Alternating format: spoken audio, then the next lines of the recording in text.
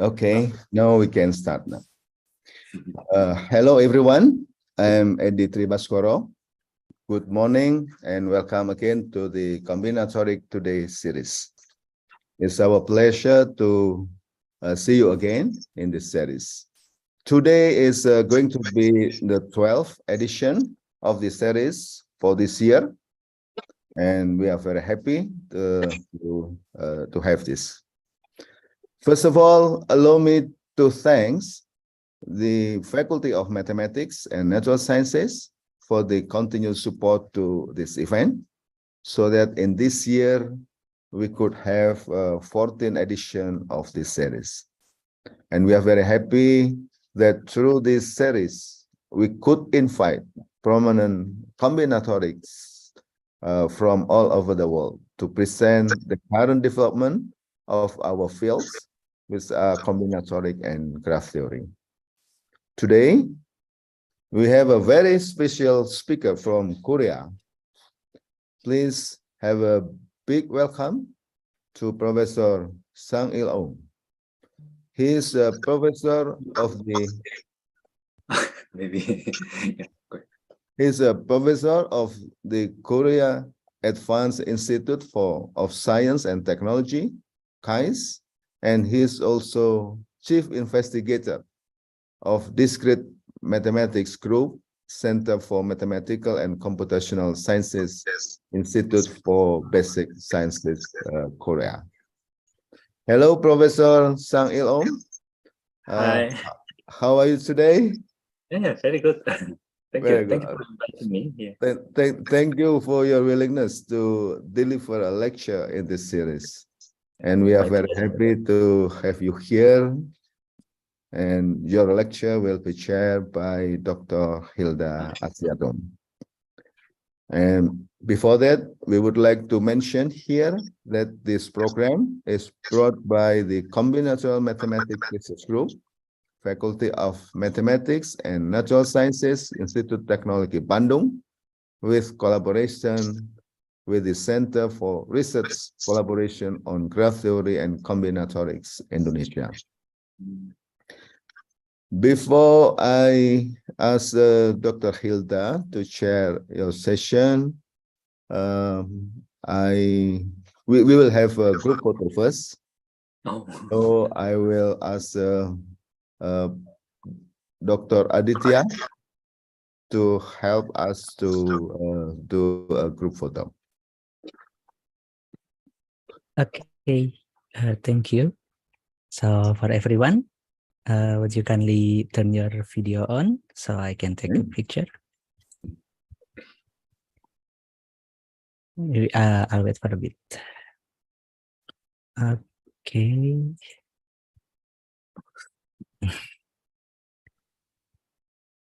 Okay, I'll count from 3, 2, 1. One more. 1, 2, 3. Oh, okay. There's someone new. Okay, let's once more. Okay. 3, 2, 1. Okay. Thank you, everyone. Okay, thanks, Adit. And now I ask Dr. Hilda to chair the lecture. Dr. Hilda. Thank you, Heidi. Good morning and good afternoon, everyone. It is nice to meet you again in the Combinatorics Today series. It is a great pleasure for me to be the moderator for our speaker, Professor Sang Il-ong from Department of Mathematical Sciences, the Korea Advanced Institute of Science and Technology. His talk title is Building the Hierarchy of Graph Classes. Before we proceed, let me share with you the summary of Professor Om's curriculum vitae.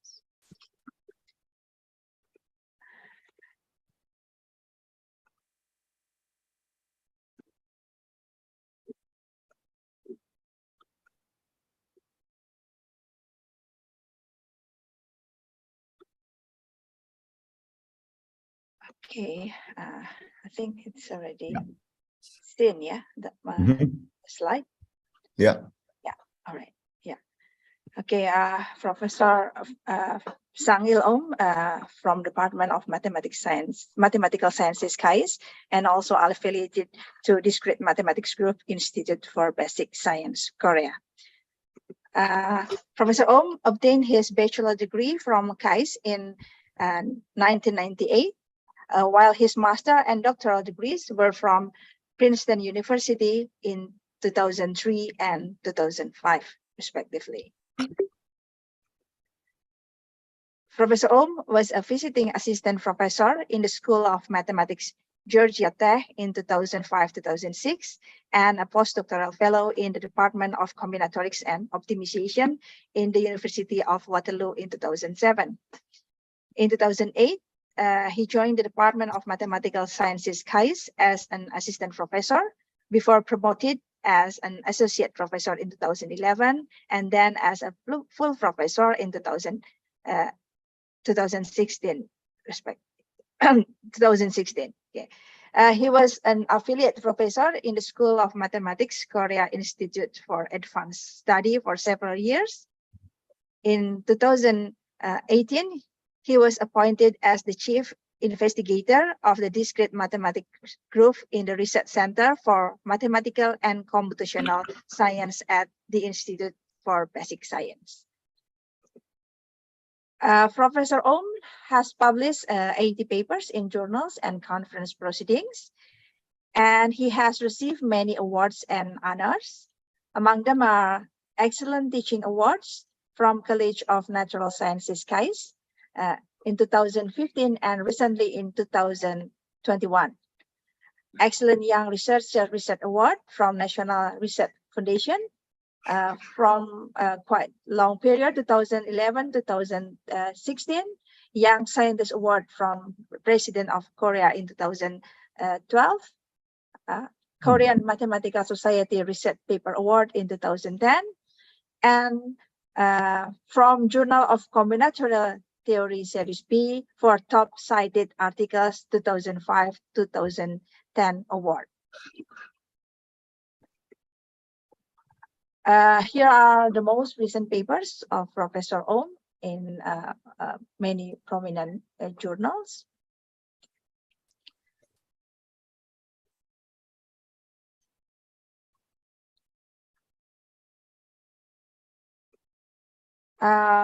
Professor Om has a very broad research interest as reflected from his very impressive working experience and publications. And to end this summary, I would like to show you the visualization of titles of his papers. And today we will learn more about his current research. So without further delay, I invite Professor Sang-il Om to deliver his talk. Professor Om, the stage is yours. You have 60 minutes. Okay. Thank you very much. Thanks a lot for preparing all this impressive collection. Yeah. I almost had a heart attack. Yeah. All right. Yeah. Thanks so much. So so right now I have two positions, one at KAIST as a professor and the other at IBS, Institute for Basic Science, where I mostly work nowadays with 9 postdocs, 5 students, like 1/4 of the floor. So if you have a chance to visit Korea in this area, you're welcome to visit us. We have out of 9, only 1 is Korean, so it's very international group. All right. So this talk is about the graph classes. Okay. And can you see the screen? Yes, yes, already. Yeah. So I will talk about like some hierarchy of graph classes. What can you say about those things? And this is more like, there will not be any proof. So if you have any questions, please feel free to interrupt me. I will try to answer. All right. So what do we mean by graph classes? So we typically talk about some set of graphs having certain properties. Right? So planar graphs have one, for instance, right? It's one example. Trees, right? So the connected graphs without cycles. Those are also one of the interesting graph classes. Paths are another one. And there are many, many. There are many, many graph classes that are studied. And you can find all these literatures, right? And many, many names, right? In fact, you can actually visit this website called thegraphclasses.org. And then there are like, even on this website, you can find 1,654 right now, the graph classes. And then they also list all these containment relations, like which one is subclass of the other. And then they also say what algorithm is easy on this class, what problem is hard on that class, etc. So they like there's like some database giving all the references. So when I say building the graph hierarchy of graph classes, I mean, we don't want to go to all these 1,600 graph classes and say, this is good class, this is bad class, or maybe this is better class than the other one. I don't know. I mean, this is not the task that we are going to do, right? So what we want to do is some kind of unified framework where we can say something interesting. And here's the reason why people study the graph classes instead of just taking all graphs. So, I mean, one of the main reasons is that, of course, they have interesting properties, right? So not all graphs have same property. So one example is like 4-color theorem, right? So every planar graph can be colored like 4 colors so that adjacent vertices can get distinct colors. And this is only true for planar graphs. Right? If you allow arbitrary graphs, then suddenly you require more number of colors. And sometimes you study graph classes because we are interested in the containment relations.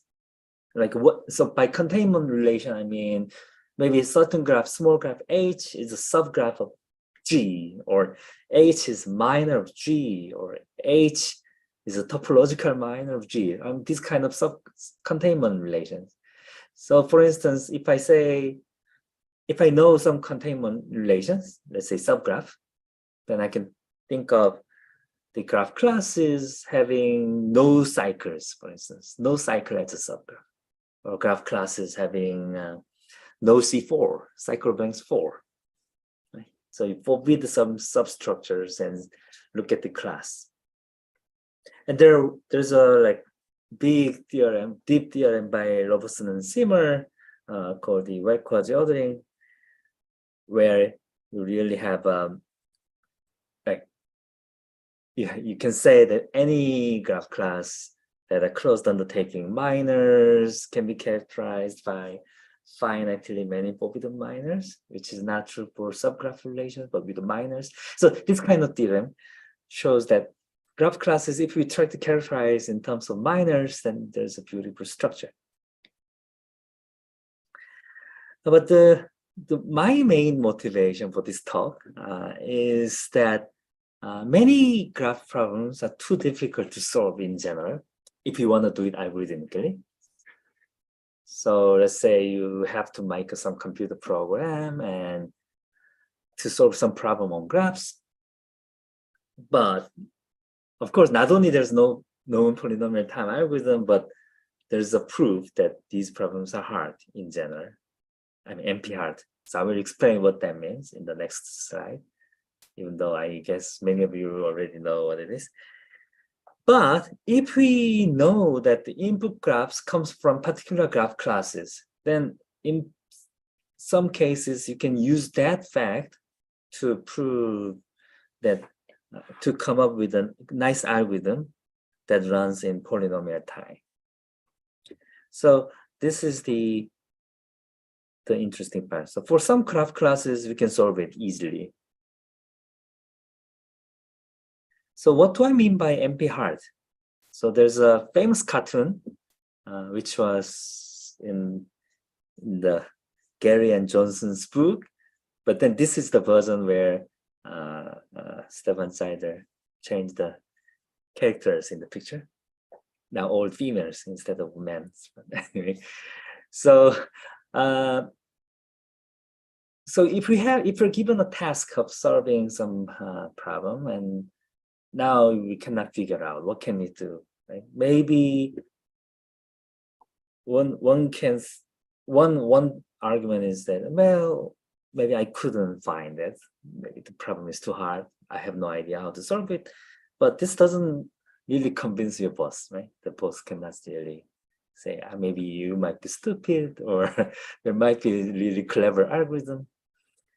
But instead, what we do typically is that if I can find the efficient algorithm for this particular problem, then I can find efficient algorithm for many other problems, including the problems that all these people couldn't find good solutions. So this is the definition of NP hardness. So NP hardness really means that any NP problems can be solved by a reduction from your problem. So if your problem is NP hard, that means if you can solve your problem, if you can find efficient algorithm for your problem, then any of the other NP problems can be solved, including all the NP hard problems known. So if all of them couldn't find it, maybe I cannot find it, assuming P is not equal to NP. And if you restrict the input, then maybe instead of saying the negative news to the boss, like, well, I mean, these smart people cannot find it, so maybe this problem is hard. But I can say that, well, if you only give the input graph to be in particular graph class, then I can solve it, right?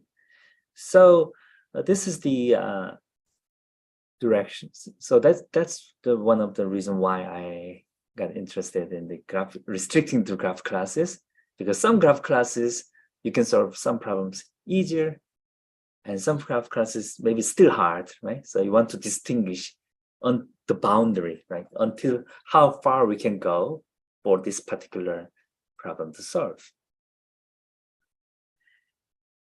And then for today's talk, we want to know like how to compare two graph classes, right? So let's say you have two graph classes, X and Y. Now, how can I say that in general, solving some graph problems on X is easier than solving some same problem on Y, right? So it would be nice if there's some kind of framework to say that this class is easier than the other class. So what can you do? Yeah. So how do we compare the hardness of problems on graph classes? And to do that, we're going to use the logic formula. So I'm not a logician, but I have a collaboration with the logicians. So that's how far I learned about logic. So let me give you like a crash course on the logical structures.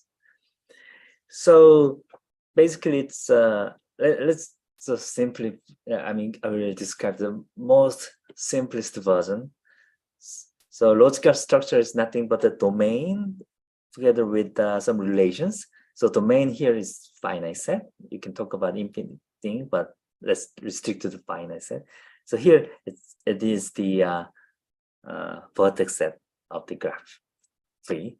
And then ADJ means adjacency relations, right? So ADJ of V1, V2 is true if these two vertices, V1 and V2, are adjacent, and false otherwise. Of course, when you find logical structure, you can maybe give more relations, right?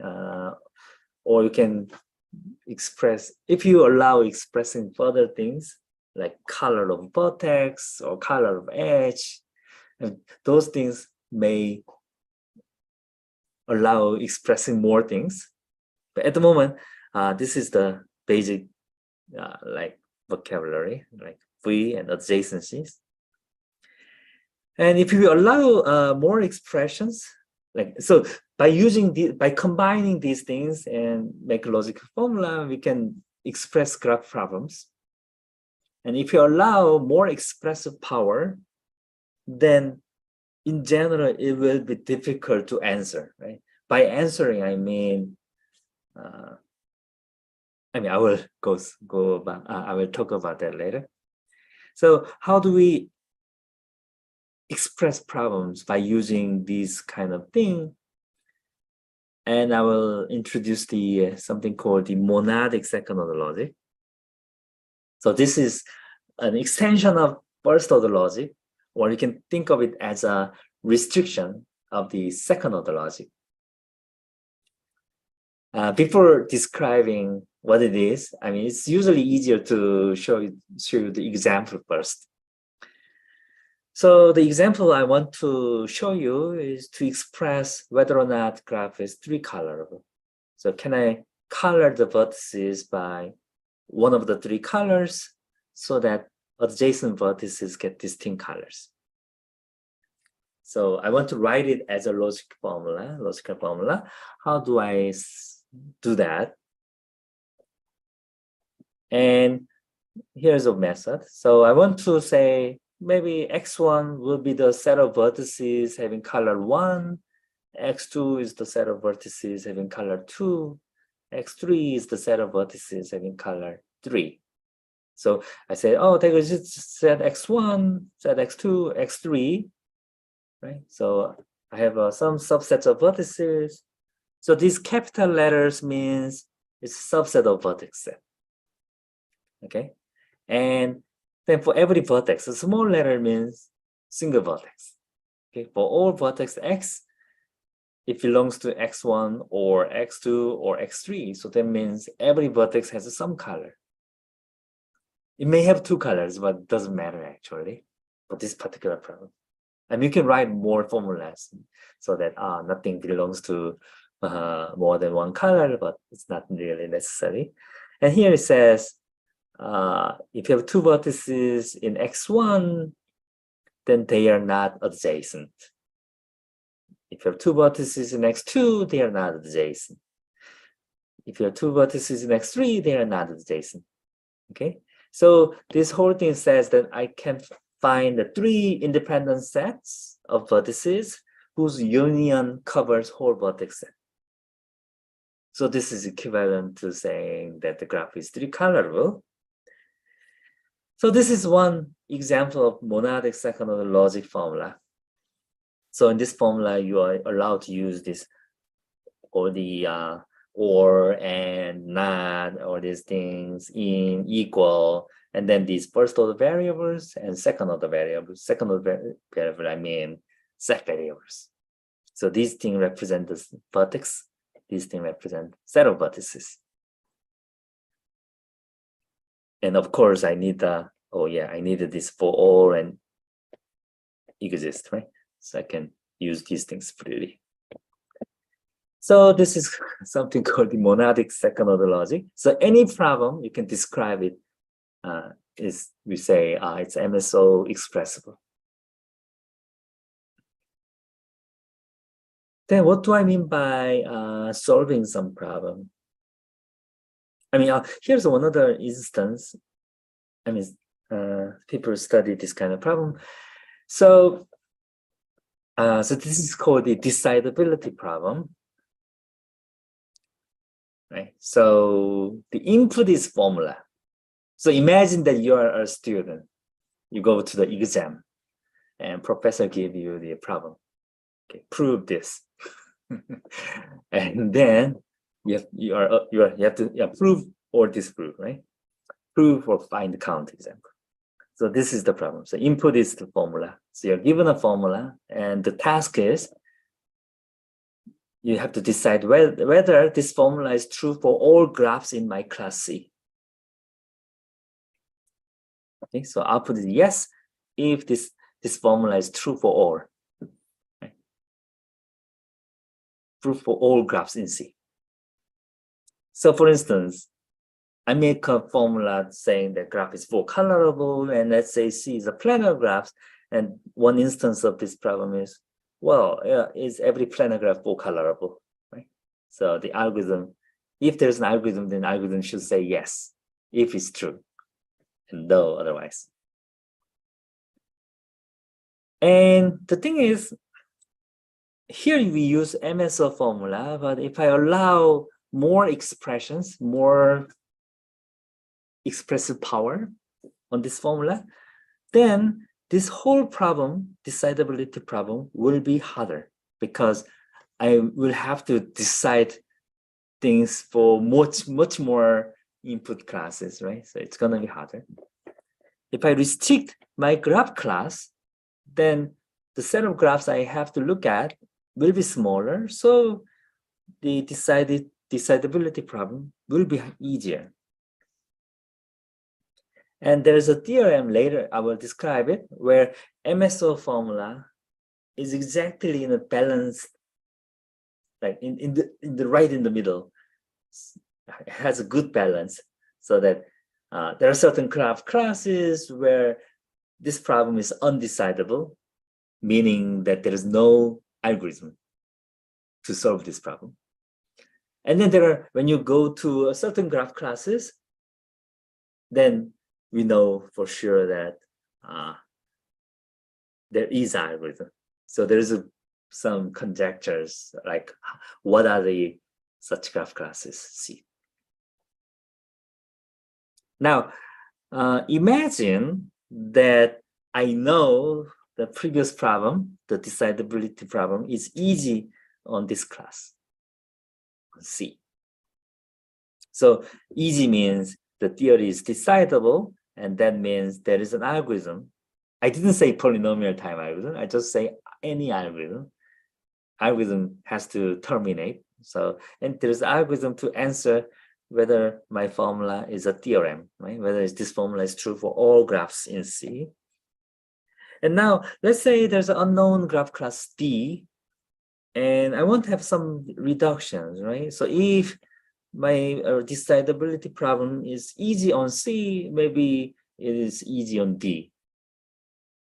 Can I have some kind of reductions?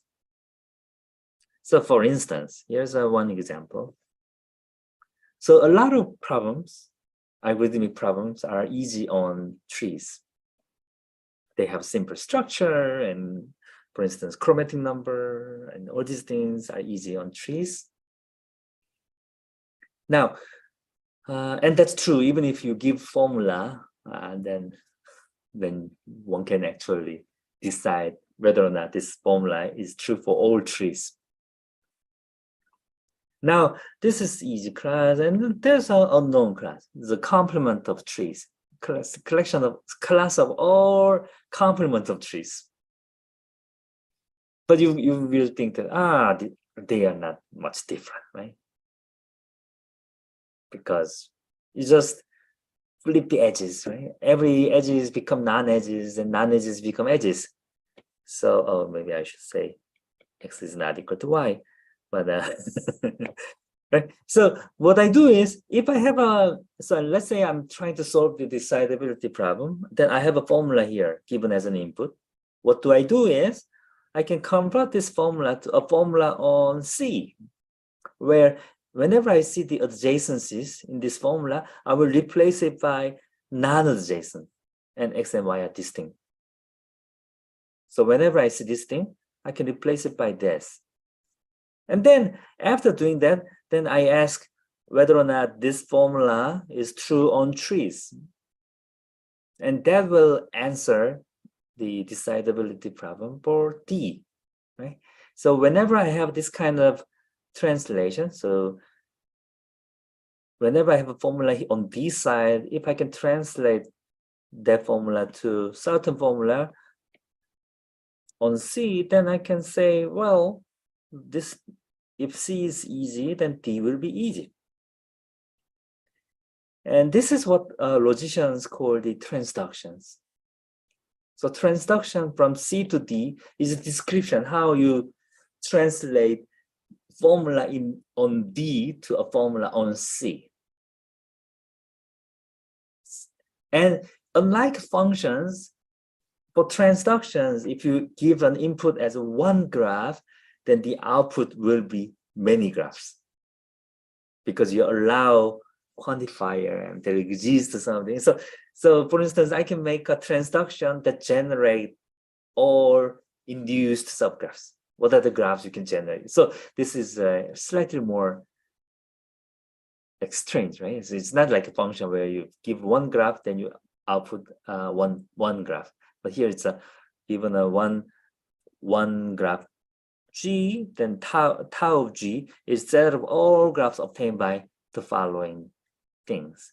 So there's some universal constant that you can first make a disjoint union of many copies of the graph, and you can color these things so that you can distinguish the color of the vertices. This is, and for this talk, to understand today's talk, you don't have to like understand this. And then there's a formula to describe the vertex set of the output. So I give so this formula allows you to delete some vertex. If, for instance, I can say, let's delete all vertices of degree 1. Okay, this formula says if a vertex is degree 1, then I don't keep it. So this formula, this is also MSO formula, right? So if we use this monadic second order formula to describe the domain. And then we also describe the adjacency of the output. So in the complement case, you just say negation of the adjacency and X is not equal to Y. So this combination will describe what are the logical structure obtained after applying transductions.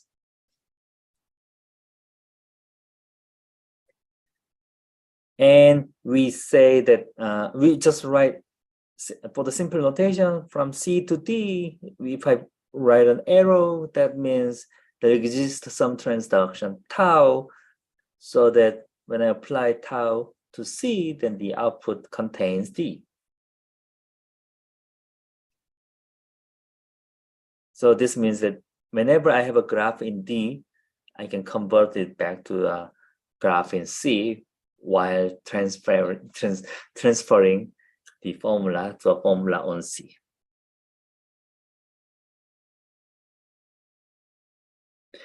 And then you can talk about some basic properties. What are the properties of transduction? So if you have a class of 3 classes of graphs, and if I have transduction from C1 to C2 and C2 to C3, you can compose them. So that's one easy property. And also here's another property that if I know the transduction from mapping C1 to C2 and the theory on C1 is decidable, then theory on C2 is also decidable. So this is like why I say, well, I'm assuming we have transductions. Well, if things are easy on C1, then it will be easy on C2.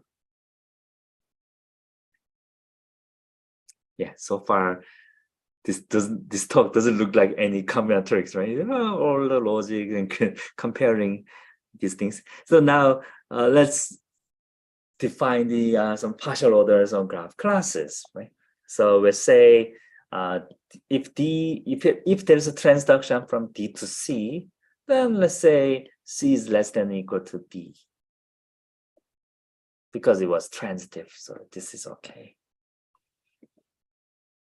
But it's not exactly partial order. Maybe I should say quasi-order, because there could be equivalent, right? So C to D. So you might have a situation where two distinct graph classes are equivalent.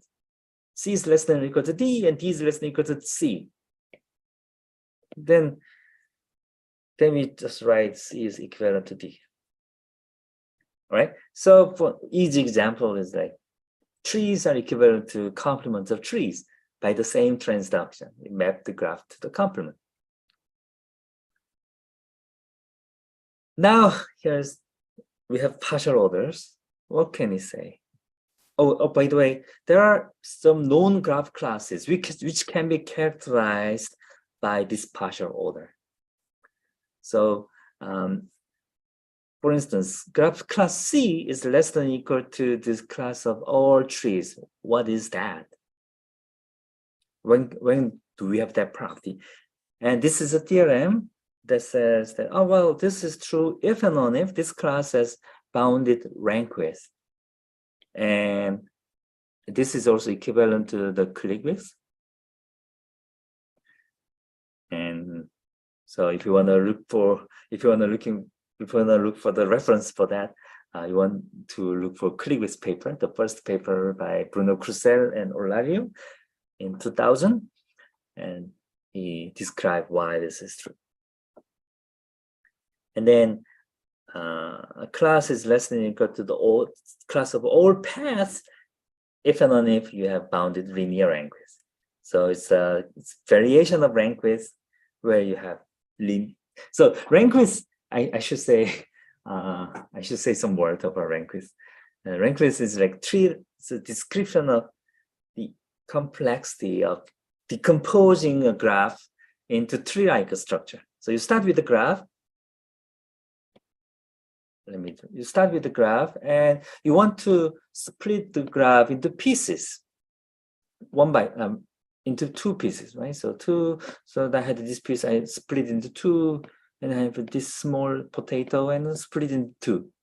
So whenever I cut, I want to make sure that the rank of some matrix from left to right is small. And this matrix is defined by the edges crossing this cut. So that's why I called it rank width. And so you have tree-like structure because in the beginning you have whole graph and then you cut it. Right, so you have one root and then two vertices, and then here you again cut, and here you get again cut. So you will have a like tree where each internal node has a degree 3. I mean, except the root in this picture, but you can just glue them as a single edge. So that's the definition of rank width. But linear rank width is a special case where a tree looks like a caterpillar. So it's more like a path-like structure. So you can keep finding cuts of small rank. And that's same as being less than or equal to the set of all paths. And a recent paper by Robert Keahlian and others proved that roughly, so this is because of the plus minus one thing, the trees of height t is greater than or equal to your class C if and only if this class has something called shrub depth at most t. So these are like characterized. So you want to characterize which class of graphs are less than or equal to this thing. Now, here's the interesting problem, or here's the motivation of the title of this talk. So can we characterize, like, what are the big pictures? So if you have a collection of all graph classes and this partial order, what is the big picture? Do we have like very complicated partial order? The conjecture says, no, this partial order is just linear, one line. It doesn't look like, I mean, it's not like this. It's just one line. Every class is on this line. This is striking to me, right? It's there's no real reason why this has to be on a single linear order. So that's the conjecture. So the conjecture is due to the Blumensass and Krusell in 2010 that they conjecture that every graph class is equivalent to one of the graph classes on the right. So on the top, you have class of all graphs, and then class of all trees, class of all paths, and then you have an infinite layer. So, okay, let me start from the bottom. So empty set, graph, no graphs, right? And then single vertex graphs. And graph, trees of height. Maybe I should say that's not a single vertex, but yeah. Trees of height 0 might make more sense. 1, 2, 3, 4, etc. And trees of height 2, trees of height 3, trees of height 4, etc. And these things form an infinite layer. And the conjecture is that any graph class is equivalent to one of those by the MSO logic. And it's known to be true for these things because of the theorem by Loftegani and others that if class of graphs is bounded short of depths, then it's equivalent to one of those.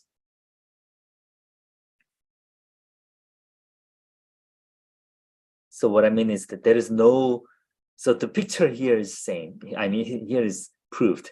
So this part is theorem, but above that is not yet a theorem. I mean, there might be more theorems, but I will tell you later.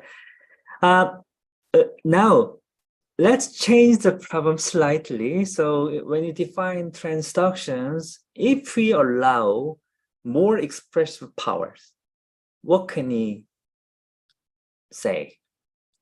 Now, the expression I want to include is the parity checking in the logic formula. So in the usual MSO formula, you cannot decide whether or not certain set have even cardinality or odd cardinality. So now let's add one more expression into the logic formula that even of x is true for the set variable x, even on if this cardinality is even. And let's call like modulo 2 counting monadic second of the logic. So C2MSO or C2MS. And then we can again define all the transductions, all the partial orders, all the equivalence by the C2MSO logic. Now you allow more expressions in the transductions, so more things could be related. Now, with respect to the C2MSO logic, out of the 3 open gaps, we were able to solve 2 of the gaps. So in my paper with Bruno Krusell in 2007, we proved that there is no gap here. That between the all trees and all graphs, there's nothing in between. So what I mean is, we proved that if class C is not less than or equal to all trees, then it is equivalent to all graphs. So if anything is above all trees properly, then it has to be all graphs. So there's nothing. And recently, in 2021, okay, I should remove this plus sign, published last year, we also proved that there is no gap between this bounded short depth case and all path case. So if C, my class C is no less than the class of, maybe I should change this to the trees of height T. So if C is not here, then it's above all paths or equal to all paths. So there's nothing in between. And here in both proofs, we use the parity argument. And now let me tell you why Blumensass and Krusell conjectured this for MSO formula. And they were interested in more expressive power. So they were interested in the MSO2 logic, where in the domain of the logical structure not only contains the set of vertices, but also contains set of edges. Right? There's like a way of representing graph by an instance relation. So you say a vertex is instant with an edge if one of the end of edge is that vertex. Now, in this logical structure, so you no longer have this adjacency relation written in the logical structure, but you can deduce it, right? If there's an edge instant with x and y at the same time, then x and y are adjacent. And here the major difference is that step variables can be now a subset of edges. So you can write more problems as MSO2 formulas. And for this particular case, they were able to prove that every graph class is equivalent to one of the above in the structure. So for that case, the theorem is known. Okay. Oh, so this is maybe I should have written single vertex graph height 1, 2. Yeah, maybe this is like 1, 2, 3, etc. So this is the known thing. So for MSO2, this is true. So they conjecture that if you don't allow edge set variables, still you have the similar structure.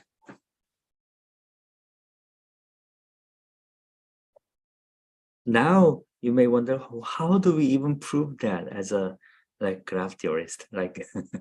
Yeah, who have no idea about the logic for me.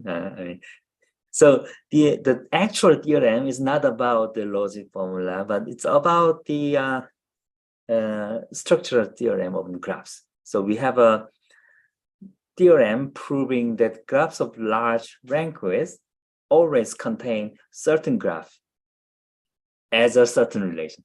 But we couldn't, at the time, we didn't know I had a big conjecture, which at the time I wasn't able to solve, but we were able to use the reductions to matroid, and then I was using the theorem on binary matroid to prove this thing. And then we were able to use we were able to make the transduction expressing these reductions.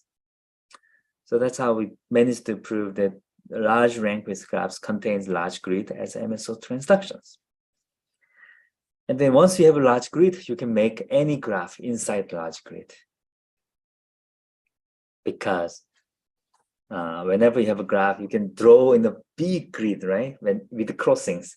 And then all the crossings you can, by using logic formula, you can uncross it. Later, Jim Gillen, Ozan Guan, Rose McCarthy, and Paul Walland came up with the proof of my conjecture that says that graphs of large rank width contain certain graph as a vertex minor. So if you use that, then some of the steps in this theorem can be simplified. But the other gap, what we proved is that graphs of large Schropp-Dams contains long paths as a vertex minor. So I will describe what a vertex minor is. And so as soon as you have a vertex minor, you have this C2MSO transductions. And this also has analog in matroid. So with two postdocs here and Dylan Mayhew and New Zealand, we made a theorem analogous to this to matroid branch steps.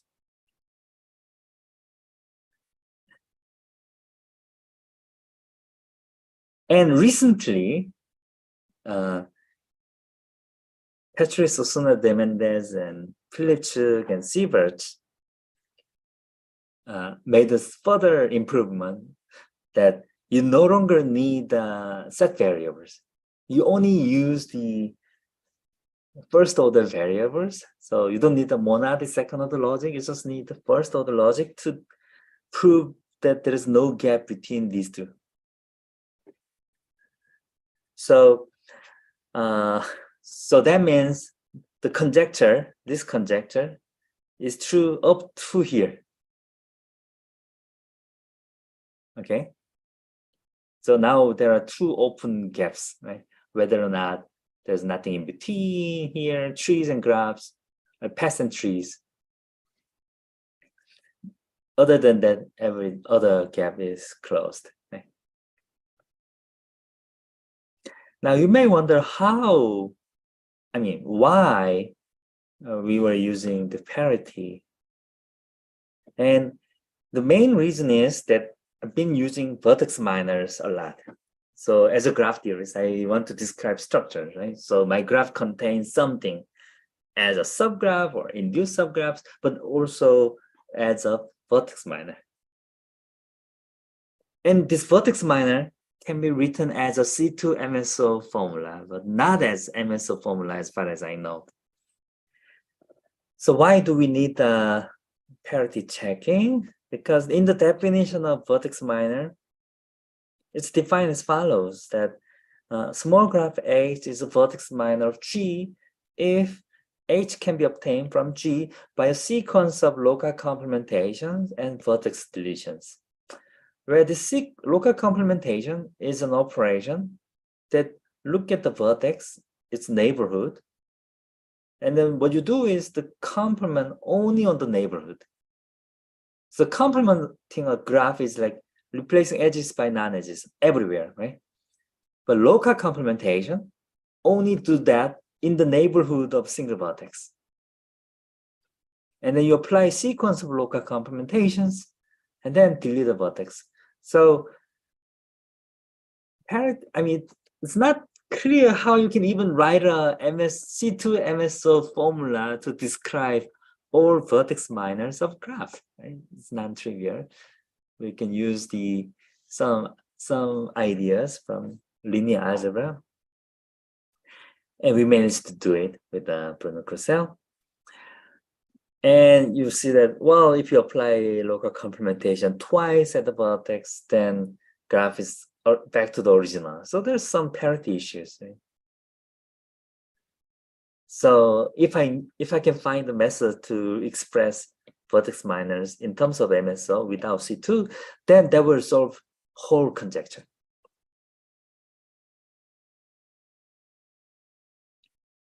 Now, let me go back to the decidability problem.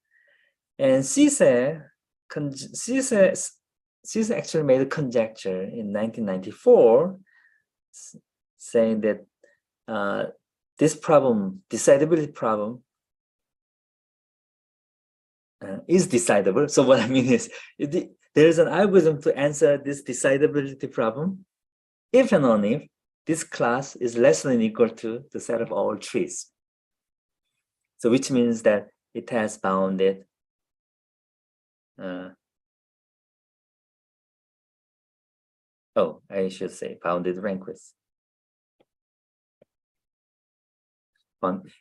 Right? So the conjecture is that this problem can be solved. So you have an algorithm to say whether or not info formula is true for all graphs in my C, if and only if my class of graphs have bounded rank width. And this is still open, but with Bruno Croussel, we managed to prove that if you have to answer it for C2 MSO formula, then this is true. This is correct characterization. And the difficulty of this theorem is, so only one direction is difficult. So if you have a bounded rank width, you know that, it's relatively easy to prove that there's an algorithm to say whether a formula is true for all graphs in my class. So the difficult part is the other directions. So the other direction says, well, suppose you have unbounded rank width. What can you do? And what we did is to use this theorem, structure theorem for graphs of large rank width, and they must contain grid, something like a grid. But once you have a grid, you can write a formula to describe whether or not some Turing machine, you can describe the workings of Turing machine inside the grid, inside the big grid. And so Turing machine is like a long tape with zeros and ones, and each step you go, like head moves a little bit. And this thing can be written on a logic formula. And then you can write a formula to say whether or not certain Turing machine will stop. And this halting problem is a famous problem which is undecidable, meaning there's no algorithm to decide whether or not given Turing machine is terminate. So that's how one could try to prove that. So this is the idea. So overall, we have this open problem. So with the, if you allow the parity, then there's only one gap, and there are no gap between all trees and all paths. Now, I was hoping to prove this from from some structure theorem on graph theory. And here's a conjecture by Mamadou Kwante and Oh Jung-kwon. Oh Jung was my former PhD student who is now a professor at Hanyang University. And so conjecture is that every graph of large linear rank width contains fixed tree as a vertex minor. And if this is true, then this conjecture is proven. So in order to prove this conjecture, I would be happy if someone can prove this graph theoretic structure theorem and conjecture. And they verified this for two cases. One case, the graphs have large rank width 1. So if the graph has rank width 1, linear rank width large, then the conjecture is true. And they were able to reduce the conjecture to the prime graphs, but I will not mention what it is. And here's another conjecture that will lead to the proof of the proof of this gap. That is about binary matroid. So the conjecture is that every binary matroid. So for those who have who don't know the matroid, then maybe this doesn't mean anything. But you can think of the graph. So every binary matroid of large path width contains cycle matroid of large 3 plus 1 vertex, or it's dual. So dual, you can think of it as a planar dual graph. So all faces get 1 vertex, and at edges if 2 faces are, let's say, sharing an edge. And so this is still open. I would say that not many people were interested. But for graph case, for Seymour asked in 1993 whether this kind of thing is true for graphs. So for every 2 connected, so what we want to say is that every 2 connected graph of path width and list K, large path width, contains autoplanar graph, which is dual of the 3 plus 1 vertex, or 3 plus 1 vertex as a minor. And so this is the special case of that when this binary matroid is from graphs. And Robin Thomas is a mathematician at Georgia, was a mathematician at Georgia Tech, and he had a nice lecture note on his website.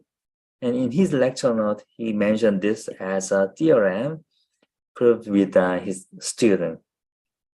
So in 2006 or something, I asked him whether this is true, whether there's a proof written. And he said, oh, there were so many bugs, so he didn't bother to fix it. But then later, with another student, Robin Thomas wrote a paper. So minors of 2 connected graphs of large path width. So this is on arXiv. And unfortunately, a few years ago, Robin Thomas passed away. And also there's another paper, Independent Proof by Tony Hyun and others. And this one is now published in 2020. But still, so these are all special cases for graphs, but still open for binary matroid.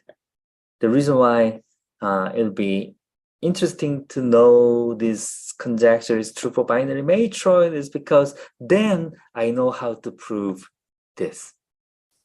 Without proving the structure theorem for graphs of large linear ranges, I can reduce to binary matroid.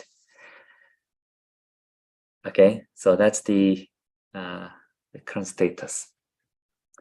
Okay, thanks for listening. Maybe I spent too much time on my talk. Thank you. Thank you. Okay, thank you, Professor Om, for wonderful talk. Now, before we start the QA session, yeah, we will have a short break. But Eddie, would you please? Okay. Should I unshare the screen? Or Yes, please. Yeah.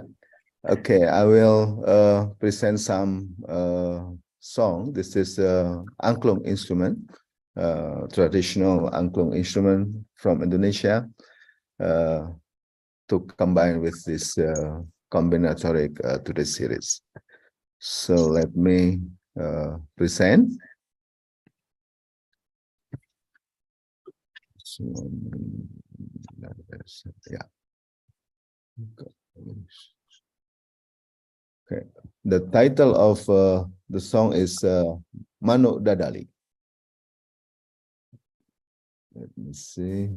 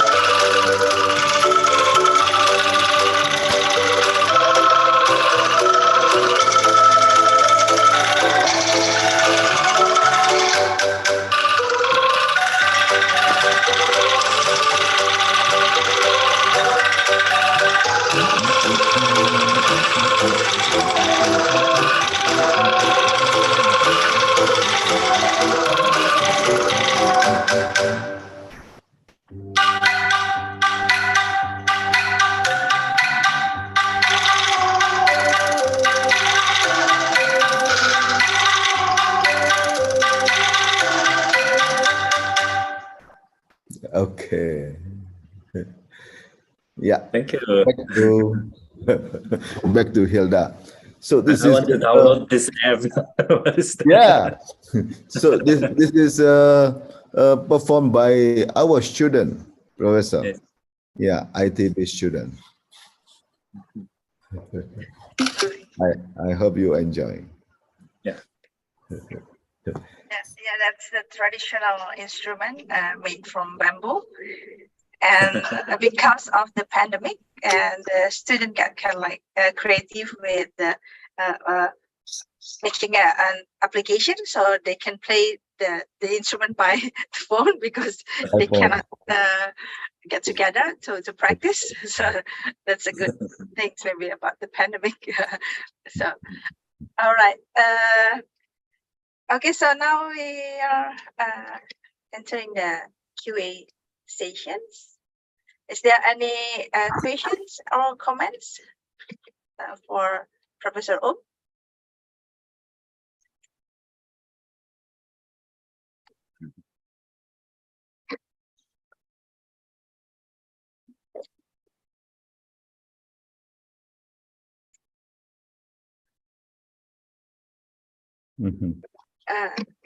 Okay. Maybe while waiting for someone to raise a question, I would like to ask, I don't know, maybe very simple question. Actually, could you give us an example? Because for me, it's kind of like a bit, is it counterintuitive to see that after the trees, then you don't have any gap, the conjecture of trees, and then the whole graph. Yeah, could you give us maybe simple examples that the conjecture might be true?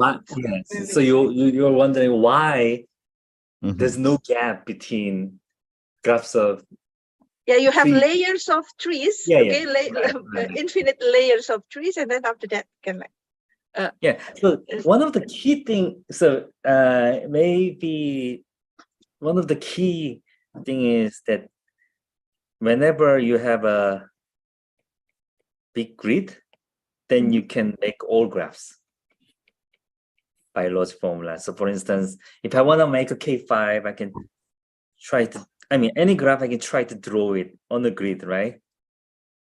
And then by logic formula, I can, let's say, oh, this is a vertex 1, that's a vertex 2, etc.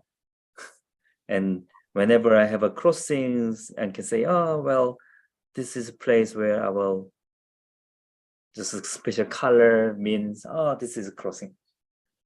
So if I have a big grid, I can make any graph, let's say. But then here's a theorem by Robertson and Simmer. That graph of large tree width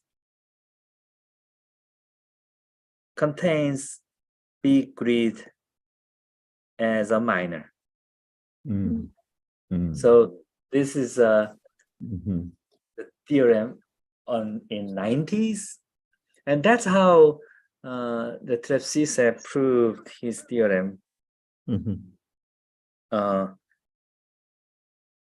So when I didn't mention this Cisse's theorem, but Cisse's theorem is that when you use MSO2 theory, then this is if and only if this has bounded tree width.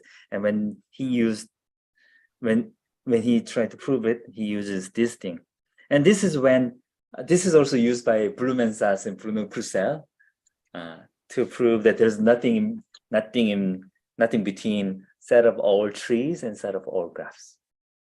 Because as soon as set of all trees, so you have these trees. You have these trees. So as soon as you're above that, then you have a large tree width case. I'm talking about MSO2. So as soon as you're above the trees, then you have large tree width, but then you can make a grid. Then as soon as you make a grid as a minor, then inside the grid you can make all graphs. So that's the situations. So in a sense, once you make a grid, it's so flexible to accommodate all graphs. Because logic formula is so powerful that you can really do a lot of things. So this is the situation for MSO2. So you can write the edge set variable. So that's why you can write minors as a MSO2 formula. And the point of my theorem is that when you use only MSO1, then instead of tree width, you have rank width. And instead of minor, you have a vertex minor. And then instead of grid, you have something like grid, which is different. But you can, by logic formula, we were able to make a grid. Then once you make a grid, you're done. Okay, so it may be strange, right? So everything above the trees the same, but perhaps it's because this logic formula is too strong. Yeah. Okay. All right. Okay. Thank you, Professor Om. Is there a question? Can I have one? Yes, please, Pak Edi. Yeah. So, Professor Om, so this hierarchical class of graph is independent of all problems, or you just say that this is, only works for certain problems? Oh, This hierarchical of this, you say that you in the top one is all graph, right? And then right. all trees and all paths, and in between, something like this. yeah. And then we have a sequence of trees with certain heights, yeah, certain heights, yeah. And so my question is, if to classify the graph, with respect to some certain problem, for example, like Ramsey theory, problem. So Okay. Is it also like that one? I mean, the graph of classes that you presented. Probably, short answer is no. And long answer is that as soon as you go below trees, yes, then all of them have a really simple structure. So as soon as you go below trees, then you have bounded tree width or bounded rank width, and in each of these cases, things are a lot nicer. So, for instance, if you're interested in Ramsey, yeah, then if you restrict to the graph classes having bounded whatever width, then suddenly the Ramsey number will be way smaller than what you expect from normal Ramsey number. So this property is called the Erdős-Heiner property. So when you forbid Erdős-Heiner conjecture is that when you forbid any single graph as an induced subgraph, then the Ramsey number is actually not very high, like polynomial. And it's true for graphs of bounded rank width, meaning that for any class below here, Ramsey number will be polynomial. So it's going to be easier. So for most problems, as soon as you have a tree-like structure or a path-like structure or some kind of structure, you can use that for algorithms. So whenever you have some problem, difficult problem, you can use this tree-like structure to build an algorithm. Yes, that's how far I can say. But still, the short answer is no. Okay, thank you.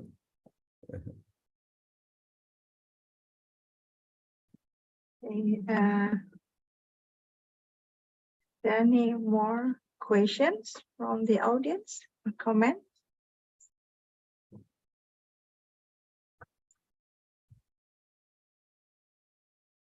So you think the conjectures will be solved?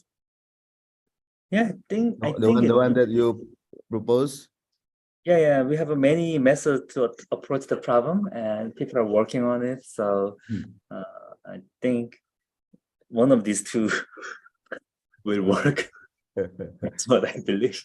So how close to the solving conjectures? Your work. Well, say in 5 years, maybe. I don't know. I don't know. Okay. It's not like 100-year-old thing. So that one is the gap for the all graph and all trees, right? Yes. Pixels, yeah, the which remain. Okay, and the top No, one. no, no. All trees and all paths. Oh, all trees and all plants as well. Oh, okay. Where is the slide? Yeah. Yeah. So this one. is for C2MS. When we allow parity, when we allow the even checking, then every other gap we know the proof. I see. But Yeah. this gap we still don't know. Uh-huh. But this particular gap, I can reduce it to the matrix problem, binary matroid problem. Uh-huh. So maybe more easier to approach. I see. And you believe that there is no gap in between all trees? Okay. Because our other cases we had no gap, so why not? Yeah. Okay. But the proof will be probably, I mean, nothing to do with the logic, right? So you have you prove some combinatorial theorem, and that as a corollary, you get this as a bonus. Good. All right. Okay. I think there is no more question. Put up For the advertisement. So once again, we thank you so much, Professor Om, for a very wonderful, inspiring lecture. So give applause, big applause for Professor Om. Okay. Yeah. Great. So now I hand over the program back to Professor Baskoro. Okay. So, Professor Om, thanks. Thank you very much for your willingness to give us a very nice and interesting lecture today. And Thank you. And we saw on the picture that you have a very good and wonderful group, discrete mathematics group in KAIST. Very pleased. IBS, Institute of Basic Science. And on behalf of Faculty of Mathematics and Natural Sciences, I would like to present you some certificate and also some small token of our appreciation. Please let me present you here before I sending the document to you by email.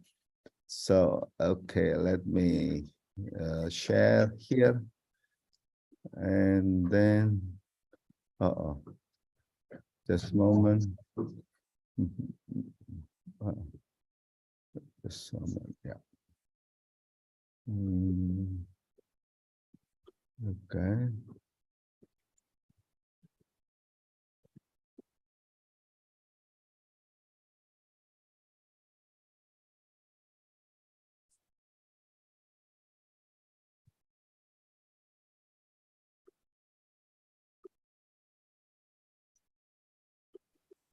Okay. Yes.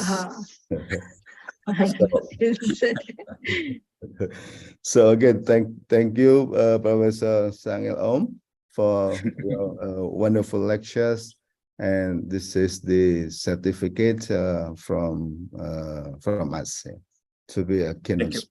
Yeah. So I will send both documents to you by email. Thank you very much. Okay, I hope you you like the picture. Yeah. Yes. So this is done by our student, of course, using a application. Yeah. So I hope you enjoy this one. Okay. Let me just a moment. Oh yeah, I stopped sharing. Okay, so this is the end of this lecture. Again, thank you, Professor Om, and thank you everyone to be in our Combinatoric Today series this morning. So bye-bye from now, and see you again next 2 weeks with another keynote speaker. Okay, bye-bye. Bye-bye. Thank you so much. Terima kasih, Thank you. Bye-bye. Professor Om. Yeah. Hopefully next year we can visit each other. Oh yeah, that'd be Yeah? great. Okay, Yes. great. Okay, sure. Yeah, and we could organize